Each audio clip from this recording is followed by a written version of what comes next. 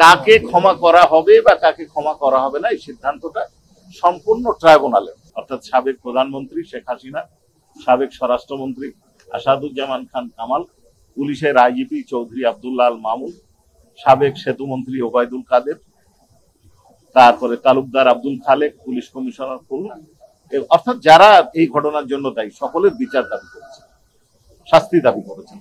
আন্দোলন চলার সময় মেয়রের বাড়ির সামনে, নগর ভবনের নিকটবর্তী মেয়রের বাড়ির সামনে প্রথমে পুলিশ আত্মসমর্পণ করে, আত্মসমর্পণ করার পর পুলিশ চলে যায়। কিন্তু ওনারা যখন চলে যাচ্ছিলেন বা দাঁড়িয়েছিলেন, হঠাৎ করে অতর্কিতে পুলিশ তাদের উপর আক্রমণ করে। এই ছেলেটার তার যে জখম, শটগান দিয়ে গুলি করলে তার পিঠে অসংখ্য গুলি আছে, সে অনুমান করছে যে সেই গুলির সংখ্যা 500-র বেশি হবে। ওই সময় সে চিকিৎসা পায় নাই। তার পিছনে যে বড় গুলিটা ছিল উইদাউট মানে কি বলে অ্যানাস্থেসিয়া প্রয়োগ ছাড়াই, তাকে অজ্ঞান না করেই অপারেশন থিয়েটারে না গিয়েই তার পিছন থেকে হাত দিয়ে এটা বের করা হয়েছিল এবং অন্যান্য কারণে তার চিকিৎসা ব্যাহত হয়েছে। পরবর্তীতে তাকে খুব যশোর সিএমএইচ এর চিকিৎসা দেওয়া হচ্ছিল। এখন তিনি বাংলাদেশ মেডিকেল বিশ্ববিদ্যালয়ে চিকিৎসাধীন আছেন। সেইখান থেকে চিকিৎসা নিয়ে সাক্ষী দিতে আসছেন।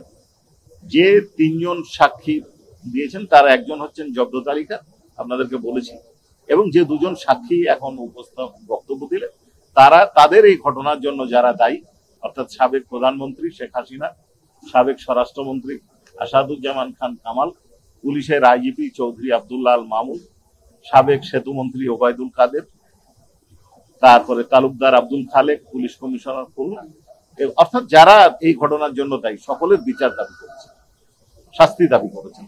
দেখেন, রাজসাক্ষী হওয়ার যে প্রসিডিওর প্রস্তাব, এটা আমাদের কাছে আসে না। এটা আপনাদের কাছে কিভাবে গেছে আমি জানি না। আপনারা সাক্ষী, আপনাদের কাছে সাংবাদিক, আপনাদের কাছে বিভিন্ন সোর্স মাধ্যম এটা যেতেই পারে।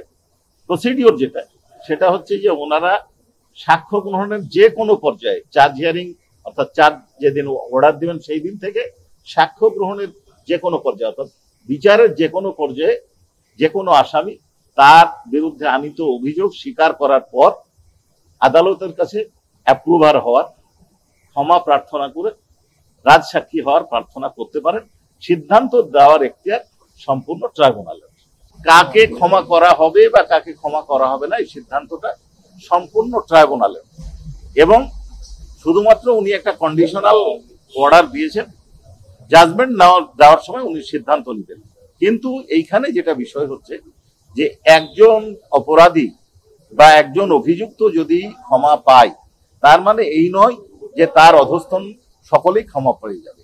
আমি বললাম তো আপনাকে যে আমরা আশা করছি ম্যাটেরিয়াল উইটনেস, যেটা এই মাস বা আগামী মাসের মধ্যে আমরা এই মামলায় শেষ করতে পারবো আশা করছি।